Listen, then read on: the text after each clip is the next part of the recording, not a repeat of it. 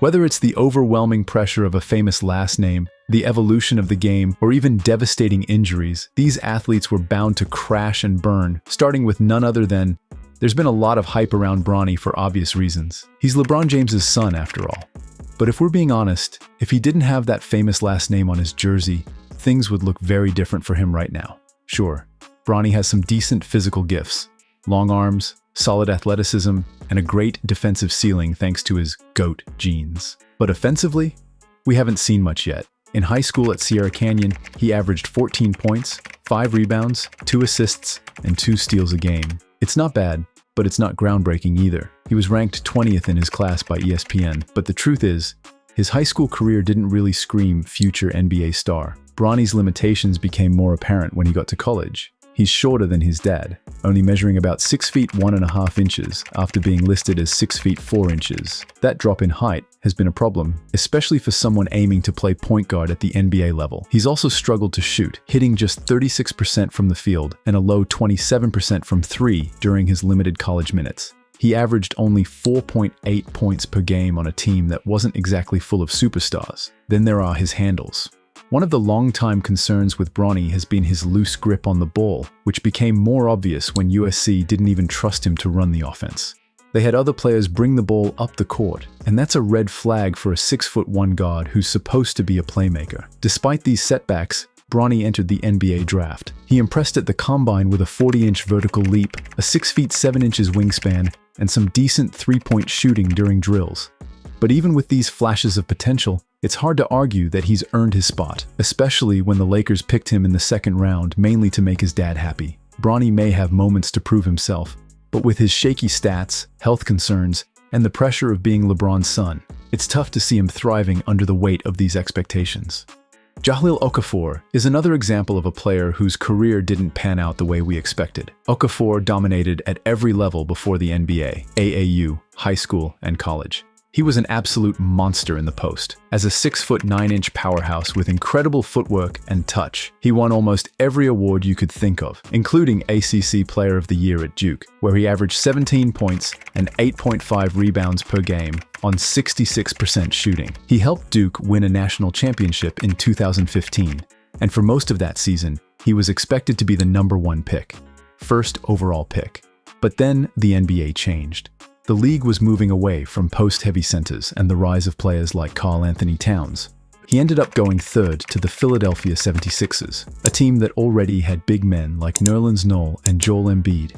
Not exactly the best situation for Jahlil to thrive. Okafor had a solid rookie season, putting up 17 points and 7 rebounds per game, but the cracks started to show. He wasn't a good defender, he couldn't stretch the floor, and he wasn't much of a playmaker. Injuries and off-court issues only made things worse, and before long, Joel Embiid surpassed him as the Sixers' franchise big man. From there, Okafor went through a downward spiral. He bounced around the league, playing for multiple teams, but never found a solid role. Despite shooting 60% from the field in later stints, he never locked down a long-term contract. Okafor's story is a reminder of how quickly things can change in the NBA, and how a player who was once considered the best big man prospect can get left behind if their game doesn't evolve with the times. Then there's Hasheem Thabeet, who might be one of the biggest, literally and figuratively, busts in NBA history. Thabeet's story is the opposite of someone like Okafor. He was drafted based almost entirely on his physical gifts rather than any real basketball skills. At 7 feet 3 inches, he was a towering presence on the court, and while he was raw and unpolished, his shot-blocking ability was off the charts. In college at UConn, Thabeet put up some ridiculous defensive stats, averaging 4.2 blocks per game by his junior year, along with 13 points and 12 rebounds. He was projected to be a dominant defensive anchor in the NBA, but there were plenty of red flags too. He had no offensive game, poor footwork, and struggled to score unless the ball was handed to him right under the basket. Despite all this, the Memphis Grizzlies selected Thabeet second overall in the 2009 NBA draft, ahead of stars like James Harden, Steph Curry, and DeMar DeRozan. Memphis hoped he would shore up their defense, but things fell apart quickly. Thabeet's lack of foot speed and offensive limitations were glaring, and by the end of his rookie season, he was averaging more fouls than blocks and more fouls than buckets. Thabeet never managed to develop into even a serviceable NBA player. After a brief stint in the D-League and bouncing between teams like Houston and Portland, Thabeet's NBA career fizzled out. He was a player with all the heart, but none of the skills to match. His final career averages, 2.2 points, 2.7 rebounds, and 0.8 blocks per game, tell the story of a player who was drafted for his size but couldn't live up to the expectations. Next up, Ben Simmons. This one's especially hard to watch because Simmons wasn't just some high-potential prospect. He was supposed to be one of the NBA's next greats. From dominating high school, where he was clearly the best player by far, to becoming the #1 pick in the 2016 NBA draft, Simmons had all the tools. He was a 6'10" point guard who could defend, pass, and get to the rim with ease. Simmons started strong in the NBA too, winning Rookie of the Year and earning multiple All-Star selections. He was known for his defense, his court vision, and his ability to push the ball in transition. But there was one huge flaw in his game.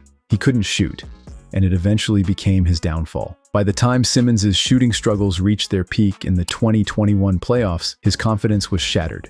He passed up wide-open shots, disappeared in key moments, and quickly became the scapegoat for the Philadelphia 76ers playoff exit. The mental block around shooting seemed to completely take over his game, and his career has been spiraling since. Now, he's gone from being an all-star to struggling to find a place in the league. It's hard to say if Simmons will ever get back to the player he once was, or if his career will forever be defined by what he could have been.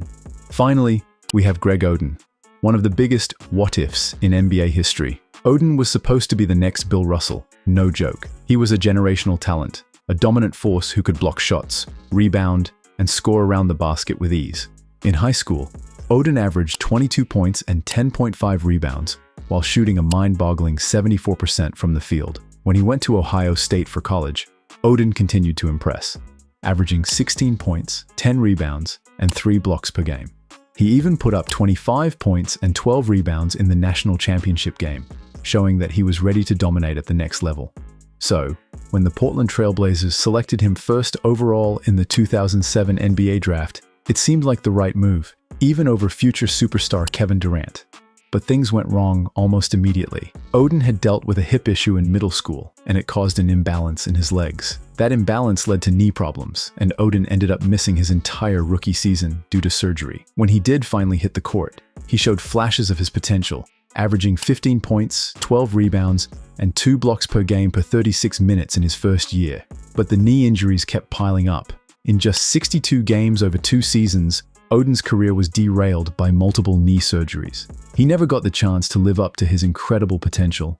Instead, Oden's name is now synonymous with missed opportunity, and he remains one of the biggest what-could-have-been stories in NBA history. Each of these players, Bronny, Okafor, Thabit, Simmons, and Oden, had their own unique journeys. Some were brought down by injuries, others by the changing game, and some by their own limitations. But all of them show just how hard it is to succeed in the NBA, even when the talent and the hype are there from the start. What do you think? Did we miss anyone who deserves to be on this list? Hit that subscribe button and become part of our basketball community. We want to hear from you. Drop your thoughts in the comments below. If you found this video enlightening, smash that like button to show your support and help us keep these discussions alive. Stay tuned for more stories that dive deep into the game we all love. Until next time, keep shooting for greatness.